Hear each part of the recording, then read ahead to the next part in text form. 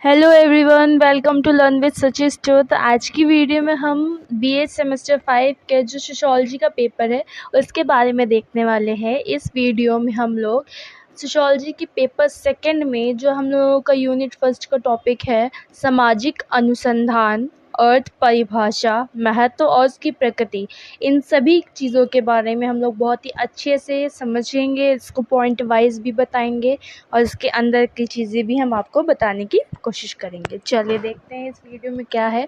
और एक चीज़ और सब लोग जानिए कि ये वीडियो जो हमारी BA, MA, STET, NET, UPSC, HEC, CUET और एनी अदर एग्ज़ाम रिलेटेड जितने भी बच्चे हैं सोशियोलॉजी में, सभी के लिए ये मोस्ट इम्पॉर्टेंट वीडियो होने वाली है।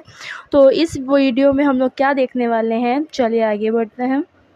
तो जैसा कि हमारा इस वीडियो का टॉपिक है सामाजिक अनुसंधान, तो देखिए सामाजिक अनुसंधान के बारे में सबसे पहले हम लोग ये जान लेते हैं कि सामाजिक अनुसंधान आखिर होता क्या है। ठीक है, तो सामाजिक अनुसंधान एक ऐसा अनुसंधान है जिसका मतलब है सोशल रिसर्च, मतलब कि समाज का अध्ययन करना हमारे सामाजिक अनुसंधान के अंतर्गत आता है। जैसे कि हम लोग को जानते हैं, हम लोग को पता है कि जो एक इंसान है, ठीक है, वो हमेशा से एक उत्सुक प्राणी रहा है, हमेशा से जिज्ञासु रहा है, उसे कुछ ना कुछ जानने की हमेशा से एक जिज्ञासा रही है। ठीक है, वो क्या करता है कि वह अज्ञात तथ्य, मतलब कि जिन तथ्यों के बारे में हम लोग नहीं जानते हैं उन सभी के बारे में हमेशा पता लगाना चाहता है। ठीक है, तो जैसे कि हमें पता है, पहले उसने प्राकृतिक घटनाओं को और फिर सामाजिक घटनाओं को समझने का प्रयास किया। सामाजिक घटनाएं भी अपने आप में काफ़ी जटिल होती हैं, बहुत ही बड़ी होती हैं, बहुत ही कठिन होती हैं। एक ही घटना के पीछे अनेक कारण हो सकते हैं। ठीक है, उन सभी कारणों को खोज निकालना कोई सरल काम नहीं है। फिर भी मानव ने अपने ज्ञान की प्रयास को बुझाने का प्रयास किया है, सामाजिक जीवन की जटिलता को समझने की लगातार कोशिश की है। उसने मानव व्यवहार के जो तथ्य होते हैं उनकी जानने की दिशा में निरंतर प्रयत्न किए हैं। उसने यह पता लगाने में दिलचस्पी ली है कि कौन से नियम हैं जो मनुष्य की प्रेरणाओं के आधार हैं, कि क्या क्या है जिससे मनुष्य अपने आप को जीता है और कैसे सब ढूंढता है।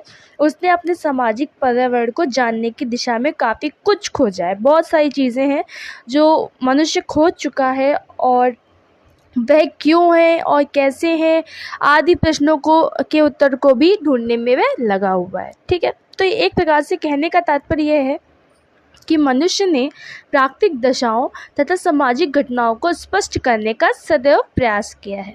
ठीक है, इसी तरह हम लोग कुछ डेफिनेशन देख लेते हैं सामाजिक अनुसंधान की। जैसे मैंने बता दिया है कि सामाजिक अनुसंधान होता क्या है। जो मनुष्य है वो कुछ ना कुछ खोजने के लिए हमेशा तत्पर रहता है, तो वो पता लगाना चाहता है, वही चीज़ हमारी सामाजिक अनुसंधान कहलाती है। सामाजिक अनुसंधान की परिभाषाएं, तो यहाँ पर हमारे कुछ जो वैज्ञानिक है, जो विद्वान हैं, जो समाजशास्त्री हैं, उनके कुछ डेफिनेशन मैंने दी है आपको। ये भी बहुत इम्पोर्टेंट है, बहुत ही ज़्यादा परीक्षाओं में पूछी जाने वाली है।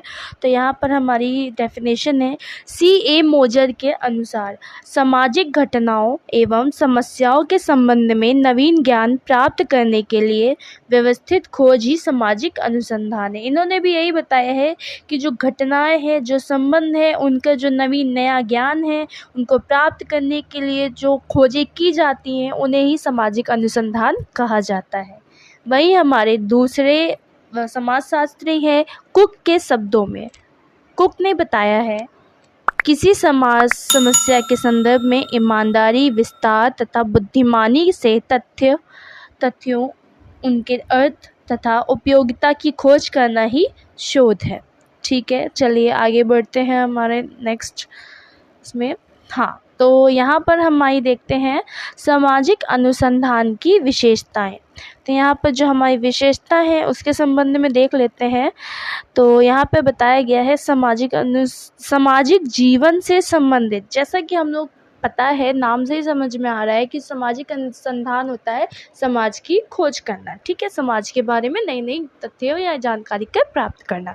तो वहीं पर हमारा टॉपिक है सामाजिक जीवन से संबंधित, तो ये सामाजिक जीवन से संबंधित हो गई। सामाजिक शोध सामाजिक जीवन से संबंधित होता है। सामाजिक शोध के अंतर्गत सामाजिक जीवन के समस्त पहलुओं का अध्ययन किया जाता है। इसमें हम लोग समाज के जितने भी पहलू हैं उन सभी का अध्ययन करते हैं।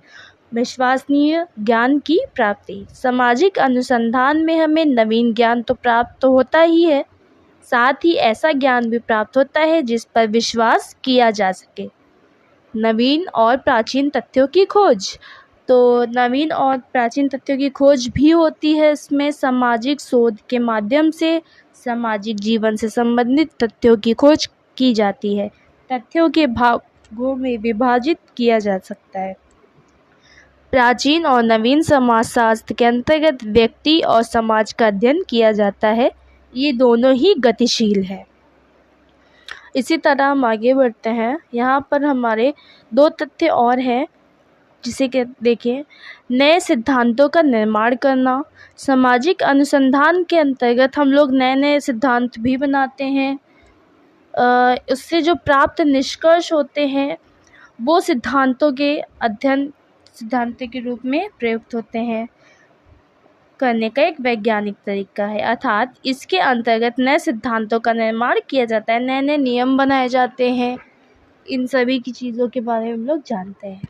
चलिए, सिद्धांतों का पुनर्परीक्षा। तो सामाजिक अनुसंधान में जहाँ नए तथ्यों की खोज की जाती है, वहीं पुराने तथ्यों के सिद्धांतों की पुनर्परीक्षा एवं सत्यापन का कार्य भी संपन्न किया जाता है। यहाँ पर हम सामाजिक अनुसंधान की प्रकृति के बारे में जानेंगे। तो जैसे कि हम लोग को पता है कि ये विज्ञान से संबंधित होता है, तो इसकी जो प्रकृति होती है वो भी वैज्ञानिक होती है। यह सामाजिक तथ्यों या घटनाओं के बीच पाए जाने वाले संबंधों को ढूंढने पर जोर देता है। सामाजिक अनुसंधान में केवल मानव से संबंधित सामाजिक घटनाओं का ही अध्ययन किया जाता है। इसका अध्ययन क्षेत्र काफ़ी व्यापक होता है, बृहद होता है, जटिल होता है। सामाजिक समस्याओं में भी सामाजिक अनुसंधान के क्षेत्र में आती है।